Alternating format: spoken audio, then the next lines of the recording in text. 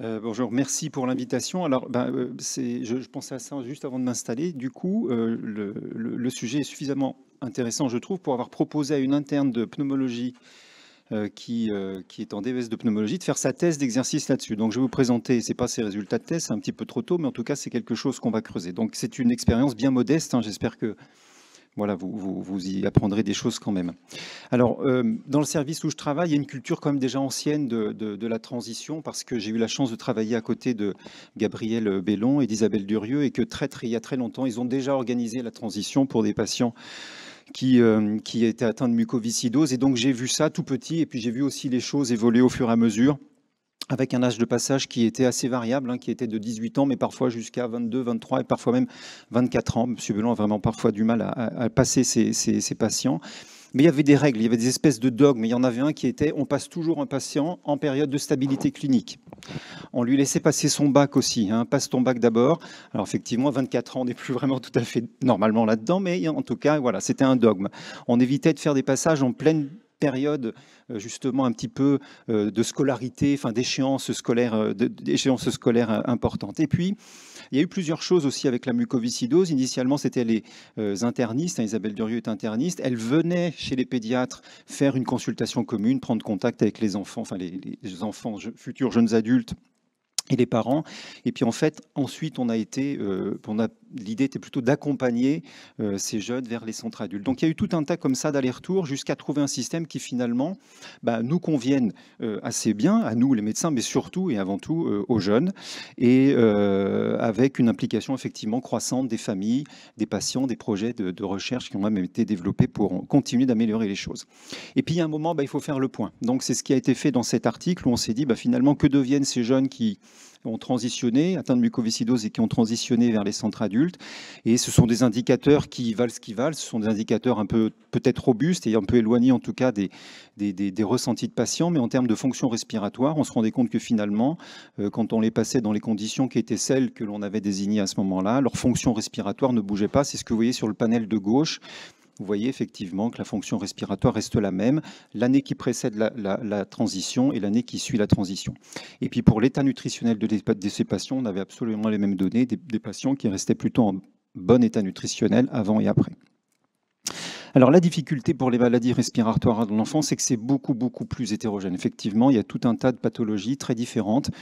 On peut parler des PID pédiatriques, et c'est effectivement des situations auxquelles on est confronté, les dilatations des bronches, les patients atteints de dyskinésie ciliaire primitive, etc., etc. Et finalement, c'est là que ça complique un petit peu les choses potentiellement, et je vais tâcher de vous expliquer pourquoi. Alors on avait un petit peu commencé à réfléchir à ça avec Vincent. On a coécrit un tout petit article qui a été publié dans la lettre du pneumologue, mais on avait voilà établi quelques points importants pour l'organisation de la transition, et puis des choses à éviter.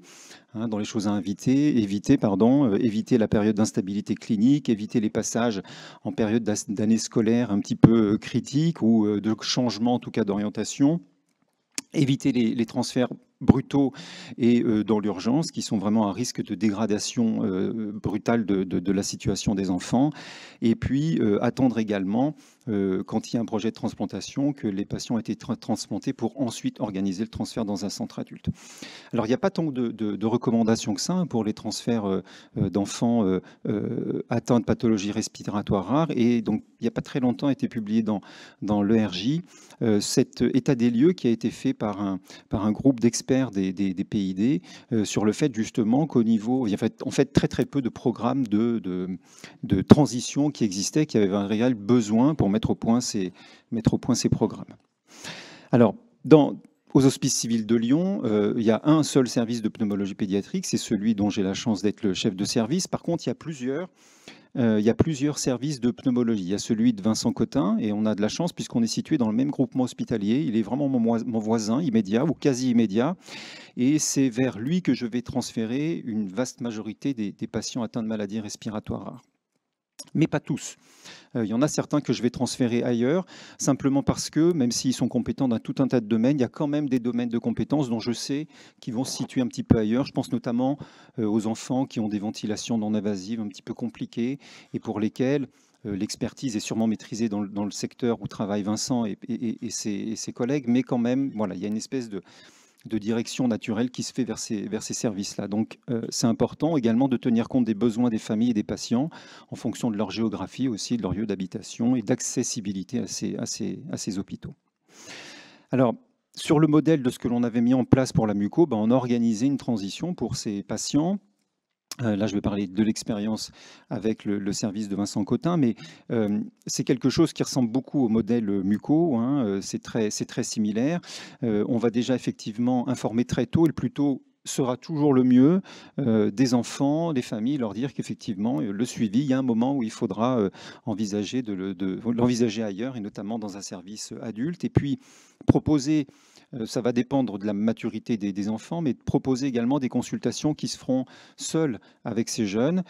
Pour certains, ça peut être très tôt, 12, 13, 14 ans, rarement après, mais en tout cas, c'est des moments qui sont relativement importants pour nous, pour évaluer le niveau de compréhension de la pathologie, mais également des traitements. On va également anticiper la date du passage, hein. C'est des choses qu'on leur dit très très tôt à l'avance en leur disant, tu sais, là, dans 3 à 4 visites, voilà, on va envisager, je demanderai au pneumologue adulte qui te suivra ensuite de venir à la consultation, tu vas le rencontrer, il va t'expliquer comment les choses vont se passer. Puis ensuite, on prend contact. Alors, les deux médecins référents, c'est surtout Eva Chatron et Claire Merveilleux. Donc, on prend contact avec elles et puis on leur dit, ben voilà, la secrétaire leur dit, ben voilà, dans 6 mois, 1 an, il y aura une consultation pour ce jeune. Et généralement, ce qu'elles font, je sais qu'elles regardent les dossiers, puisqu'on a un dossier patient informatique qui est accessible à tous, ou enfin tous les soignants. Elles regardent généralement les dossiers, mais en plus, on essaie de fournir un document écrit qui résume les grandes lignes de la prise en charge, évidemment, du diagnostic de ce jeune. Et puis, il y a un moment où le transfert se fait, et donc c'est une consultation commune où le pneumologue assiste dans le service de pédiatrie à la consultation, présentation du patient, des parents si les deux parents sont là. Et puis effectivement, c'est une consultation, tout ce qu'il y a de plus banal, où on interroge le patient, on fait le point sur les traitements, on regarde l'exploration fonctionnelle respiratoire, et puis le pneumologue adulte parle un petit peu de la suite. Alors à l'HFME, on a la chance, l'HFME c'est l'hôpital Femmes-Mères-Enfants lyonnais, on a la chance d'avoir une salle, un endroit qui est un endroit de transition réservé plus spécifiquement à ces consultations communes. Il est un peu victime de son succès, cet espace, parce qu'en fait, il est assez finalement difficile, vu qu'on est toutes les surspécialités à vouloir faire nos consultations de transition ici. Il est un petit peu difficile d'accès. Bon, ça ne change pas grand-chose en pratique. On fait ça dans un bureau médical, mais c'est aussi un endroit où les jeunes vont pouvoir éventuellement venir faire des séances avec les éducateurs en activité physique adaptée. Et c'est ce qui est représenté ici. Si vous voyez, par exemple, c'est Alexandre Bello, qui est notre rhumatologue pédiatre, et derrière, caché, le rhumatologue adulte. Et donc, Alexandre est en train d'examiner un jeune au moment de cette consultation de transition.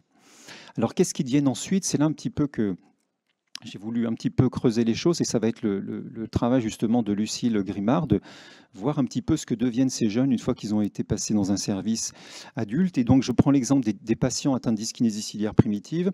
On a évalué un certain nombre de variables avant et après passage, et sur les 5 dernières années. Alors, vous voyez que ça ne fait pas beaucoup de passages, parce que sur 5 ans, ça fait moins de 20 jeunes, enfin une vingtaine de jeunes qui sont passés dans le service de Vincent Cotin, 18 exactement, puisqu'il y en a qui sont partis un petit peu plus loin, et d'autres qui malheureusement ne sont jamais passés. Et ça, c'est une notion aussi importante à avoir en tête, de ces patients qui sont perdus de vue avant, malheureusement, qu'on ait pu les confier aux collègues adultes. Donc, il s'agit de 9 filles et 9 garçons pour ceux qu'on a pu faire passer. Et vous voyez que l'âge de la transition se situe autour de 18 ans, en sachant que parfois un tout petit peu avant, parfois aussi un tout petit peu après, on s'adapte. En tout cas, nous, on ne met pas de pression là-dessus, c'est quelque chose sur lequel on est complètement capable de s'adapter.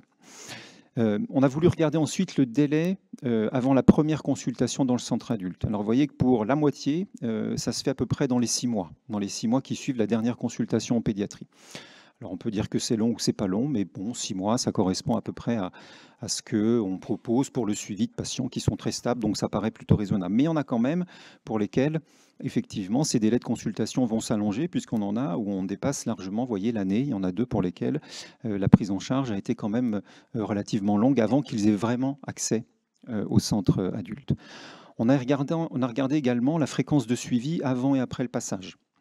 Alors, en pédiatrie, pour les patients atteints de DCP, vous voyez, le nombre de consultations tourne autour de 2, plus ou moins une consultation. Chez les adultes, ça diminue un petit peu. Ce n'est pas tout à fait la même chose. C'est plutôt moins.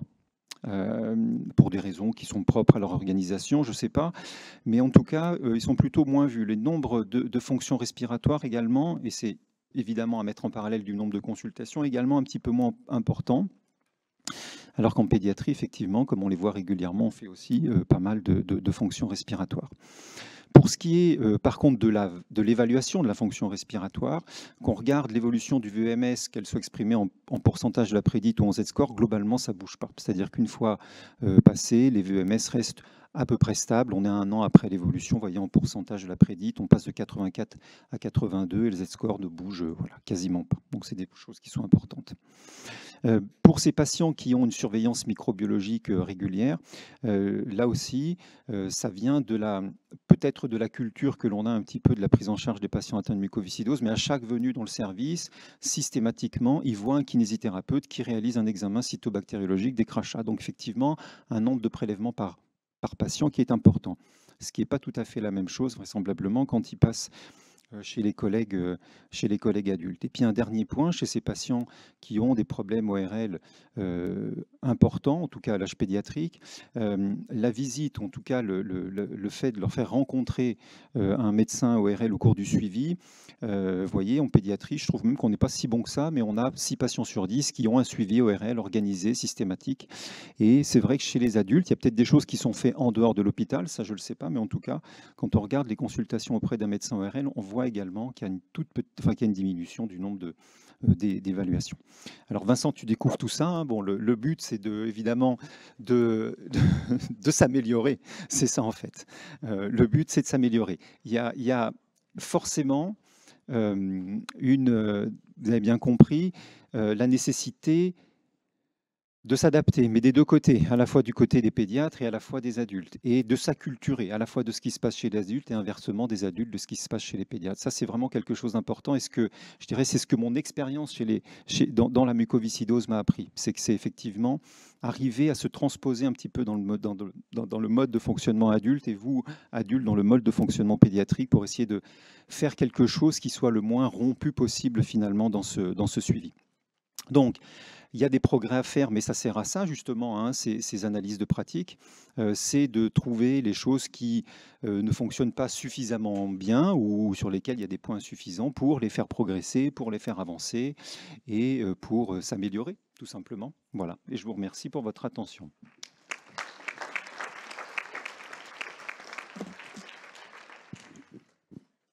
Merci beaucoup. Est-ce qu'il y a des questions? La transition. Oui. Juste une petite question. Quelle place mettez-vous pour les parents dans la transition? Parce qu'en général, les parents sont les accompagnants naturels pour les enfants.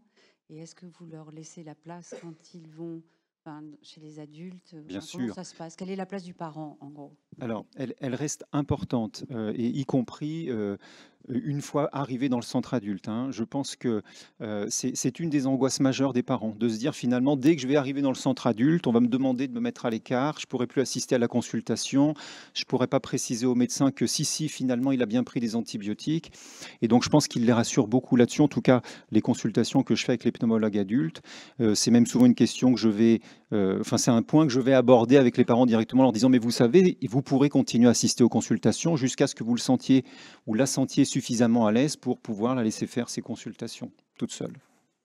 Et ça, il faut les rassurer parce qu'effectivement, c'est une de leurs angoisses. Et indépendamment de la place des parents, est-ce que l'adhésion au traitement est pas moindre quand on a 18 ans et qu'on se dit, enfin, on fait ce qu'on veut, quoi? Parce que la chute, c'est peut-être pas dû à la prise en charge. Absolument, non, attendez, oui, c'est purement descriptif, assez grossier, il faut pas, voilà, c'est 18 patients, hein. Mais oui, il faut imaginer que non seulement les parents ne sont plus là, que souvent ils ont pu éventuellement déménager, changer d'endroit pour faire leurs études, qu'ils doivent gérer aussi leur quotidien d'étudiants, éventuellement leur appartement, leurs courses, etc. Donc il y a tout un tas de facteurs environnementaux qui peuvent expliquer le fait qu'ils relâchent les traitements, et c'est d'ailleurs souvent ça l'explication, hein.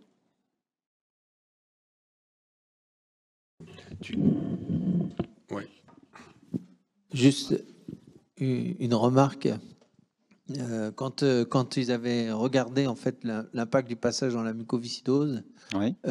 justement, Isabelle, ils s'étaient aperçus que en fait, cette diminution au niveau du VMS et de la fonction respiratoire, elle avait lieu en fait avant juste et qu'en fait, on avait un rebond après le passage chez les adultes. Donc, et je trouve que c'était un point qui a été important justement et qui peut être quelque chose, enfin, qui doit être pointé en fait vis-à-vis des patients, c'est que oui, il y a quelque chose qui se passe au moment des passages avec le changement de mode de vie. Enfin, c'est contemporain du changement de mode de vie puisque c'est ce moment-là qu'on choisit pour le passage. Mais il y a pas que ça. Il y a beaucoup de choses qui se passent à l'adolescence et qu'on a tendance un peu à mettre sur le même plan et qui est totalement différent. Je suis Et en d'accord fait, avec toi, dans Ralph. cette étude, ils avaient montré que on avait un rebond après, en fait, et je pense que c'est quelque chose qui est à mettre en avant au niveau de nos patients quand on les passe, et aussi au niveau des parents pour qu'ils aient pas cette Oui, oui, il est sensation rassuré qu'on sur le va fait que, avoir. bien sûr. Très bien. Merci beaucoup. Je crois qu'il faut qu'on Merci. avance. Je vois les petits signes de Céline.